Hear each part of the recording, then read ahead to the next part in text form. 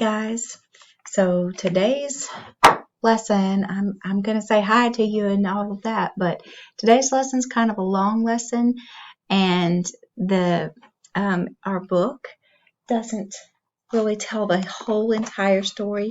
So I wanted to just get right to it.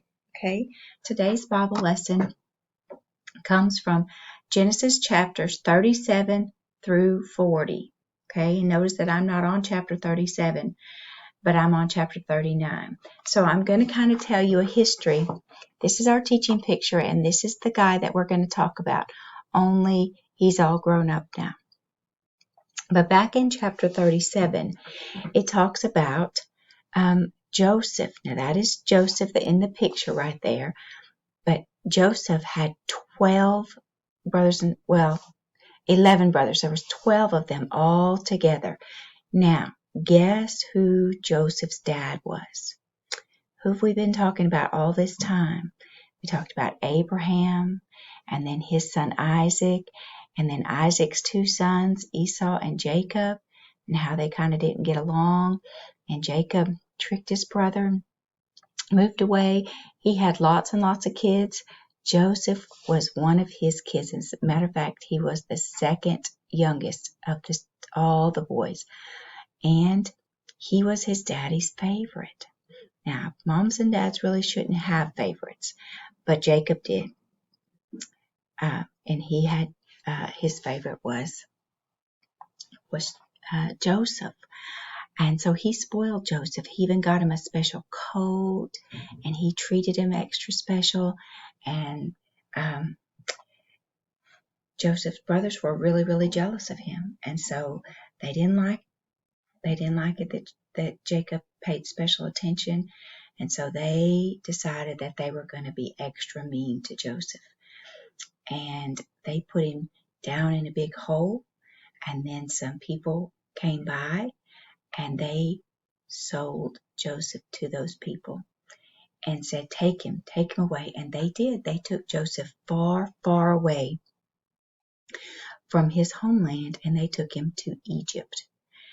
Now, that sounds like a really sad, sad story. What's worse is Joseph's brothers went home and lied to Jacob and said he died, that a bear got him and he died, and there was nothing that we could do. So his dad, Jacob, thinks that Joseph died. And so all this time, Joseph, though, has been in Egypt. Now, when all that happened, Joseph was a teenager, and now you see he's a grown man. So we're going to pick up this story in Genesis chapter 39.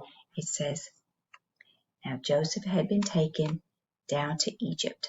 Then this man, whose name was Potiphar, who was one of the king, Pharaoh is the Egyptian word for king, okay? He was one of the king's officials, the captain of his guard. And Potiphar noticed something about him, okay? The Lord was with Joseph so that he prospered and lived in the house of his master. And when his master, that was Potiphar, saw that the Lord was with him and that the Lord gave Joseph success in everything he did, Potiphar made him the head of his household. So he went from being traded as a slave or sold as a slave by his brothers to now he's like in charge of the household of Potiphar, who was one of the king's special officials. So he has really gotten up, and the reason so is because Potiphar recognized that God was with Joseph. And as a matter of fact, that is our memory verse this time, this verse 3. The Lord was with Joseph and made everything he did successful. The Lord was with Joseph and made everything he did successful. Prospered right there means successful. And so the Lord was with him, and the Lord gave him success in everything he did. That's our memory verse. So let's pick up in the story. Then Joseph gets in a little bit of trouble. Somebody tells a lie about him. And he ended up having to go to jail because of this lie. And so Potiphar sent him to jail. But while he was in jail, the Lord was with him, just like in verse 3, this same chapter. The Lord showed kindness to him and granted him favor in the eyes of the prison guards and the prison warden. So what did the warden do? He put Joseph in charge of the whole prison and all the prisoners. So Joseph got to be in charge of the prisoners. Now, does that sound like that he's in jail? So does that sound like God is with him in everything he does? Even when we're doing things that we would prefer not to do, like be in jail, God uses that for his purposes, for his good. He uses that to do his will. So this is where we are.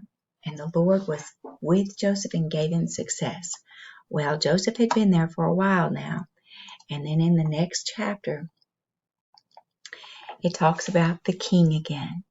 And the king had had this dream, and nobody could tell the king what it meant, and it kept him awake. He had it for many nights in a row, and he was so worried. He did not know what this dream meant. So he said, if you could find somebody that can tell me what my dream means, I'll give you a reward. So somebody that had also been in prison, because back then, if this guy right here, the baker, the king's baker, the Pharaoh's baker, he must have made something that the king didn't like or something, and the king put him in jail, the Pharaoh put him in jail. And while he was in jail, he noticed how special Joseph was and that God was with him in everything he did. And Joseph, while he was in jail, he would tell people what their dreams meant. But it wasn't really Joseph, it was God telling Joseph. So the baker got out of jail, the cupbearer rather, and went back to work. And so when the king couldn't sleep and was having so much trouble, he said, you know what, there was this guy in prison that could tell people's dreams. So I think you should get him. And guess what the Pharaoh did? The Pharaoh sent for Joseph, and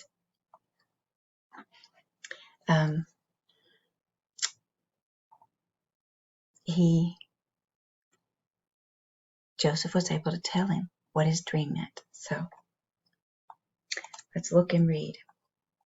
This is where it's talking about in chapter 41 that it had been 2 whole years when the king had this dream. The Pharaoh had the dream, okay?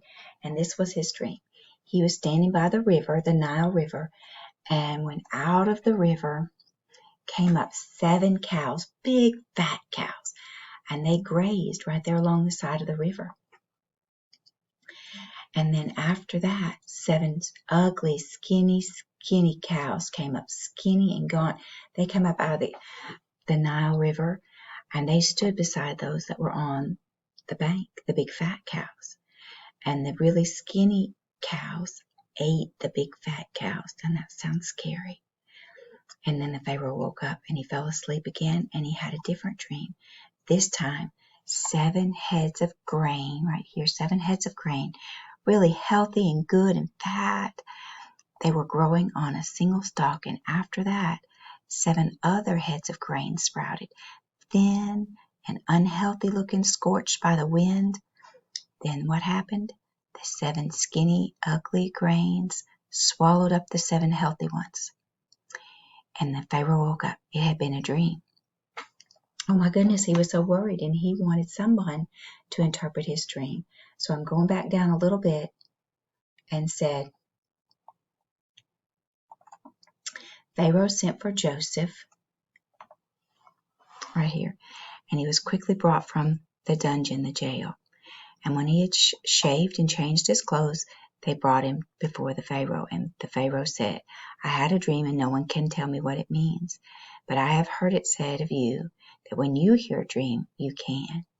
And then Joseph says, I cannot do it, but God will give the answer to the Pharaoh that he needs. So Joseph knew it wasn't his gift, that God did it. It was God doing it. So then the Pharaoh told Joseph his dream about the 7 cows, the 7 fat cows and the 7 skinny cows, and the 7 fat grains and the 7 skinny grains. And so Joseph said to Pharaoh, the dreams are one and the same. So it's the same thing. God has revealed to the Pharaoh what he's about to do.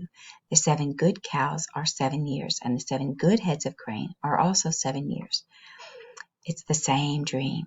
Then the 7 ugly cows and the 7 poor grains that are scorched by the east wind are 7 years of famine.